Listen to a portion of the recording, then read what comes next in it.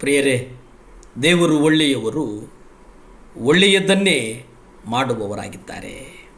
ನೀವು ನಿಮ್ಮ ಜನಪ್ರಿಯತೆಯ ಆಧಾರದ ಮೇಲೆ ನಿಮ್ಮ ಕಾರ್ಯಗಳನ್ನು ಮಾಡುವುದಕ್ಕೆ ಹೋದರೆ, ಅಥವಾ ನಿಮ್ಮ ಜನಪ್ರಿಯತೆಯ ಆಧಾರದ ಮೇಲೆ ನಿಮಗೆ ಯಶಸ್ಸು ಬಂದರೆ, ಆ ಯಶಸ್ಸನ್ನು ನೀವು ಜನಪ್ರಿಯತೆಯ ಆಧಾರದ ಮೇಲೆ ನೀವು ಇಟ್ಟುಕೊಂಡು ಮರುಗುವವರಾಗ್ತಾರೆ. ಏಕೆಂದರೆ ಜನಪ್ರಿಯತೆಯು ಒಬ್ಬ ಸುಳ್ಳು ಪ್ರವಾದಿಯ ಗುರುತಾಗಿದೆ ಎಂಬುದನ್ನು ನಾವು ಸತ್ಯವೇದದಲ್ಲಿ ನಾವು ನೋಡ್ತೇವೆ.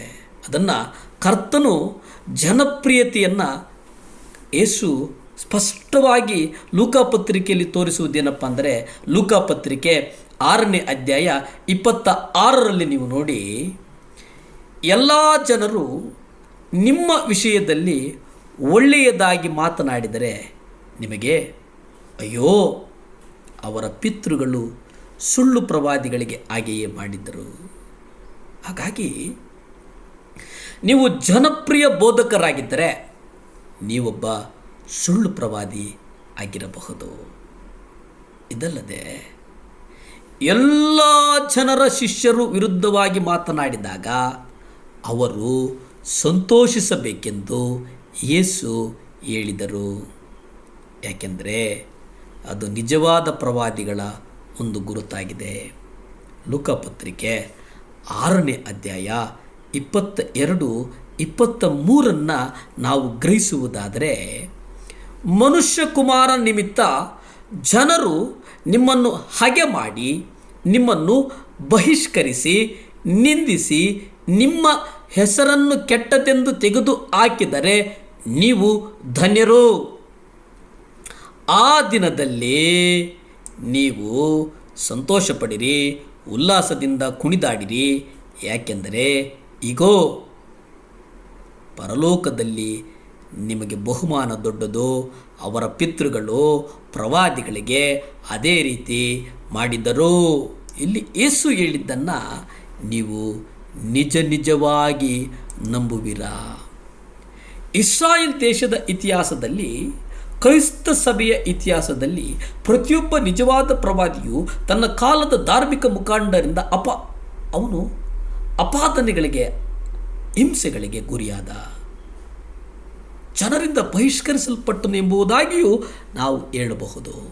ಅಥವಾ ನಮ್ಮ ಆಡು ಭಾಷೆಯಲ್ಲಿ ಹೇಳುವುದಾದರೆ ಅವನು ಜನರಿಂದ ದ್ವೇಷಿಸಲ್ಪಟ್ಟನು, ಜನರಿಂದ ಅಟ್ಟಿಸಲ್ಪಟ್ಟನು ಎಂಬುದಾಗಿ ನೆನಪಿಸಿಕೊಳ್ಳ್ರಿ. ಈ ಪರಿಸ್ಥಿತಿಯು ಪ್ರತಿಯೊಬ್ಬ ಪ್ರವಾದಿಯನ್ನು ತಪ್ಪದೆ ಅದು ಪ್ರತಿ ದಿವಸ ಎದುರುಗೊಳ್ತಾ ಹೋಯಿತು. ಹಳೆಯ ಒಡಂಬಡಿಕೆಯ ಕಾಲದಲ್ಲಿ ಏಲಿಯ ಅಥವಾ ಎರೆಮಿಯನಾಗಲಿ, ಅಥವಾ 1ನೇ ಶತಮಾನದಲ್ಲಿ ಸ್ನಾನಿಕನಾದಂಥ ಯೋಹಾನ ಮತ್ತು ಪೌಲನಾಗಲಿ, ಅಥವಾ ಆಧುನಿಕ ಕಾಲದ ಜಾನ್ ವೆಸ್ಲಿ ಆಗಲಿ, ವಾಚ್ಮ್ಯಾನ್ನಿ ಆಗಲಿ, ಇವರ್ಯಾರೂ ಈ ನಿಂದೆಗಳಿಂದ ಪಾರಾಗಲಿಲ್ಲ. ಹಾಗಾಗಿ ನಾವು ದೇವರಿಗಾಗಿ ಮಾಡುವ ಕಾರ್ಯಗಳ ನಿತ್ಯತ್ವದ ಸಫಲತೆಯನ್ನು ನಾವು ನಮ್ಮ ಜನಪ್ರಿಯತೆಯ ಆಧಾರದ ಮೇಲೆ ಎಂದಿಗೂ ಅಳೆಯಬಾರದು. ನಾವು ದೇವರಿಗಾಗಿ ಮಾಡುವ ಸೇವೆಗಳ ಯಶಸ್ಸನ್ನು ಅಂಕಿ ಅಂಶಗಳ ಮೂಲಕ ಅಳೆಯುವುದು ಸರಿಯಲ್ಲ. ನಮ್ಮ ಕೂಟಗಳಲ್ಲಿ ಎಷ್ಟು ಮಂದಿ ಕೈ ಎತ್ತಿದರೋ, ನಮ್ಮ ಸಭೆಗಳಲ್ಲಿ ಎಷ್ಟು ಜನರು ಹಾಜರಿದ್ದರು ಅನ್ನುವಂಥ ಅಂಕಿ ಅಂಶಗಳ ಆಧಾರದ ಮೇಲೆ ನೋಡುವುದಾದರೆ, ಯೇಸುವು ಮಾಡಿದ ಸೇವೆಯು ಸಂಪೂರ್ಣವಾಗಿ ನಿಷ್ಫಲವಾಯಿತೆಂದು ನಾವು ಹೇಳಬೇಕಾಗ್ತದೆ. ಏಕೆಂದರೆ ಅವರ ಸೇವೆಯ ಅಂತ್ಯದಲ್ಲಿ ತಂದೆಯಾದ ದೇವರ ಮುಂದೆ ಒಪ್ಪಿಸಿಕೊಡುವುದಕ್ಕೆ ಅವರ ಬಳಿ ಕೇವಲ 11 ಮಂದಿ ಶಿಷ್ಯರಿದ್ದರು. ಯೋಹಾನ ಅಧ್ಯಾಯ 17 ನೀವು ನೋಡಿ. ಆದರೆ ಸೇವೆಯ ಸಫಲತೆಯು ಆ 11 ಮಂದಿ ಎಂತಹ ವ್ಯಕ್ತಿಗಳಾಗಿದ್ದರು ಎಂಬುದರಲ್ಲಿ ಕಂಡುಬಂದಿತು. ಇಂದಿನ ದಿನದ 11 ಲಕ್ಷ ಅರಮನಸ್ಸಿನ ಹಣವನ್ನು ಪ್ರೀತಿಸುವ, ಲೋಕದೊಂದಿಗೆ ಬೆರೆಯುವ ಲೌಕಿಕ ವಿಶ್ವಾಸಿಗಳಿಗಿಂತ ದೇವರ ದೃಷ್ಟಿಯಲ್ಲಿ 11 ಮಂದಿ ಶಿಷ್ಯರು ಬಹಳ ಹೆಚ್ಚು ಬೆಲೆ ಬಾಳುವವರಾಗಿದ್ದಾರೆ ಎಂಬುದನ್ನು ನೀವು ಅರಿಯಿರಿ ಪ್ರಿಯರೇ. ಪ್ರಾರ್ಥಿಸಿಕೊಳ್ಳೋಣ. ಭೂಮಿ ಆಕಾಶಗಳನ್ನು ಉಂಟು ಮಾಡಿದಂಥ ಸರ್ವಶಕ್ತನಾದಂಥ ದೇವರ ಸ್ತೋತ್ರಪ್ಪ. ಅಪ್ಪ, ವಿಶೇಷವಾಗಿ ಸ್ವಾಮಿ ವಿಧೇಯರಿಗಾಗಿ ಪ್ರಾರ್ಥಿಸ್ತೇನಪ್ಪ. ವಿಧವೆಯರು ಸ್ವಾಮಿ, ಅನಾಥರು, ಬಡವರು, ಇವರಿಗಾಗಿ ನಿಮ್ಮ ರಕ್ತ ಸುರಿಸಿದ್ದಕ್ಕಾಗಿ ಸ್ತೋತ್ರ ಸ್ವಾಮಿ. ಆ ಮಕ್ಕಳನ್ನು ರಕ್ಷಣೆ ಮಾರ್ಗಕ್ಕೆ ನಡೆಸು.